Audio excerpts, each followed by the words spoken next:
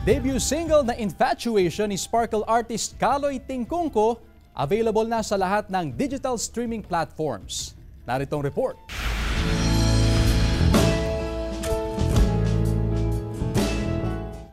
Grateful and excited na ibinahagi ni Sparkle artist Kaloy Tingkungko ang paglabas ng kanyang debut single entitled Infatuation. Ito ay isang madamdaming kanta na naglalahad ng complexities ng emotion at relationship. Ang Infatuation ay isang collaboration project kasama ang GMA playlist na tumulong para matupad ang pangarap ni Kaloy sa kanyang singing passion. Tiyak na makaka-relate ang marami sa kwento ng kanta na nagsasalaysay ng kwento ng isang tao na hindi sigurado sa kanyang damdamin para sa iba. Ang unique style ng pag-awit ni Kaloy ay lalo pang nakapagbigay lalim sa kahulugan ng kanta.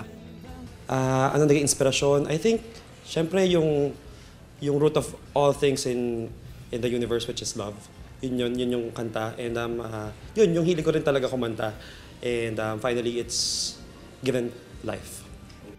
Sa pamamagitan ng Infatuation, umaasa si Kaloy na mahikayat ang mga tagapakinig na mapagnilayan ang kanilang emosyon at maka-inspire na umibig kahit may mga pinagdaraan ng problema at pagkabigo.